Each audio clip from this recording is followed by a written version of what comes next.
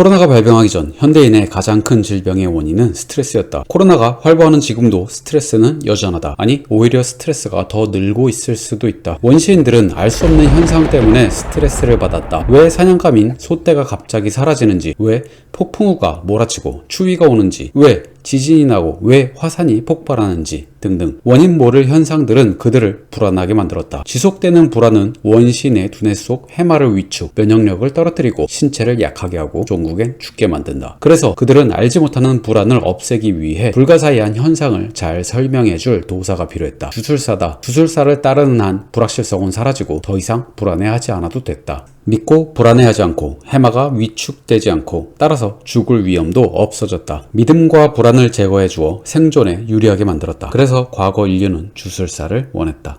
안녕하세요, 자개요정입니다. 꼬잉꼬잉.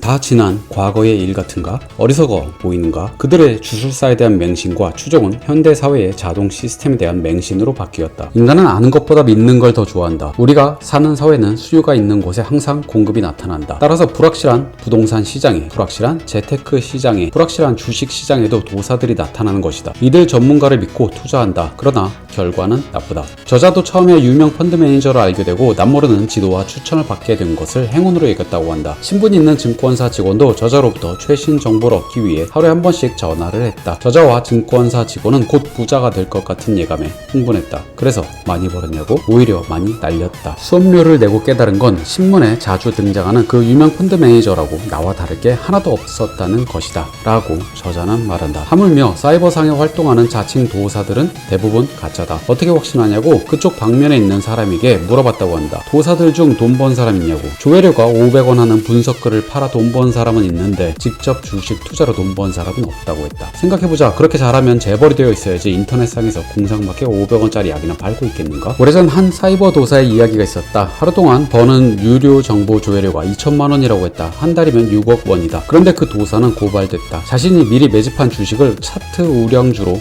회원에게 추천해놓고 사람들이 주식을 사들여 가격이 올라가면 자신은 파는 파렴치한 작전을 펼쳤다고 한다. 이게 현실이다. 정신 차리자. 저자는 아직도 도사 환상에 빠져 돈을 날리고 있는 순진한 투자자들을 보면 안타깝다고 한다. 그래서 세계적으로 유명한 도사들이 어떻게 유명해졌고 어떻게 몰락했는지를 알려준다. 조셉 그랜빌, 역사상 가장 유명한 차트 도사다. 그랜빌은 화장실에서 볼일을 보던 중 우연히 화장실 바닥 타일의 문양을 보고 차트법을 생각해냈다. 5일 이동평균선, 20일 이동평균선, 골든 크로스, 데드 크로스 같은 차트법의 고향은 화장실이었던 것이다. 그는 자신이 만든 차트법으로 투자했지만 돈만 잃었다. 파산했고 이혼당했고 친구의 사무실 바닥에서 잠을 자야 했다. 그런데 1970년 후반부터 시장이 그랜빌의 주장대로 움직이기 시작했다. 그래서 주목받기 시작했다. 그랜빌은 미국 전역을 돌며 대중들에게 강연을 했다. 마치 락스타처럼 열광적으로 추정했다. 투자 세미나는 언제나 10,000원이었다. 한 번은 왕관을 쓰고 석판을 든 모세의 차림으로 나타나기도 했다. 한 투자 세미나에서 주가가 오를지 내릴지 질문을 받자 바지를 내리고 속옷에 적힌 주가를 보여주었다. 추종자가 많아짐에 따라 그랜빌은 시장을 움직일 수 있는 대단한 영향력을 가지게 되었다. 1980년 4월 22일 다우지수가 30.72포인트 폭등했다. 그랜빌이 매도에서 웨이브로 추천을 바꾸었다는 뉴스가 전해졌기 때문이다. 1981년 1월 6일 아침 6시 30분 그는 팔아라, 모든 것을 팔아라 라는 전문을 보냈다. 아침에 증권사의 매도 주문이 홍수처럼 밀려들어왔다. 다우지수는 24포인트, 시가총액으로는 1929년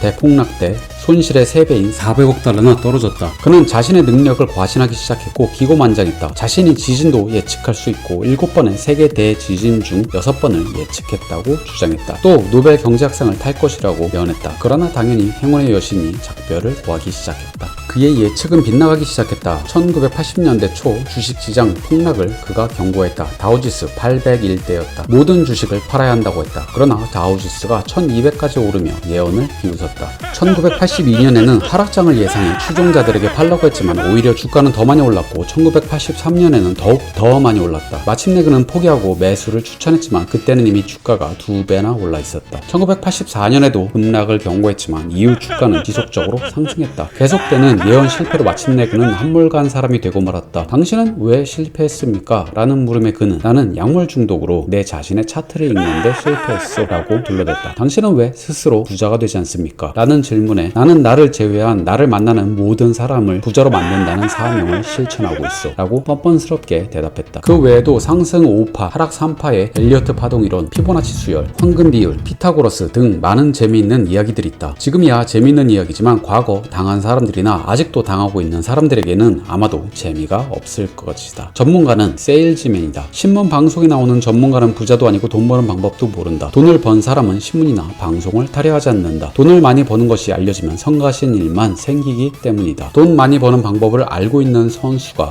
왜 혼자서 돈 벌지 소문내서 경쟁자를 불러들일까? 부동산 전문가의 전망은 어떠할까? 2000년 초 집값이 바닥이었을 때 모 경제연구소 연구원은 재테크하려면 집 사면 절대 안 된다는 책을 냈다. 물론 집값은 계속 올랐다. 2002년 초 또 다른 경제연구소 연구원이 부동산 고품이 심해 늦어도 하반기에는 하락한다고 전망했지만 그 뒤 더 올랐다. 2003년 봄 유명한 모 대학 부동산학 교수가 부동산 고품이 너무 심해 자신은 아파트를 팔았다고 신문 칼럼에 게재했다. 또 모 증권사 사장은 한국의 부동산 가격이 GDP와 비교할 때 버블이 너무 심해 보유한 오피스텔과 주택을 다 팔았다고 신문에 기고했다. 그런 그 이후로 물론 계속 올랐다. 박사고 교수고 연구원이고 나발이고 다 소용없다. 앞날은 아무도 모른다. 그걸 알면 사람이 아니다. 소설가 마크 트웨이는 이렇게 말했다. 예언의 종을 가지고 다니는 전문가는 의기소침해질 필요가 없다. 눈에 띄는 대로 쏜다면 언젠가 한 번은 맞추게 되어 있다. 라고. 이렇듯 우리는 우리의 자유와 권리를 타인에게 맡깁니다. 그리고 그 결과는 내 선택보다 나을 거라고 생각합니다. 하지만 사실은 실패했을 때의 책임을 지고 싶지 않아 전문가라는 단어를 핑계로 그들에게 내 자유와 권리를 넘기는 겁니다. 그들은 당신의 자유를 책임져 주지 않습니다. 이번 영상에서 보사 환상의 오류를 보았다면 다음 영상에서는 마녀 환상의 오류를 보겠습니다. 영상이 재밌으셨다면 구독과 좋아요를 부탁드립니다. 감사합니다.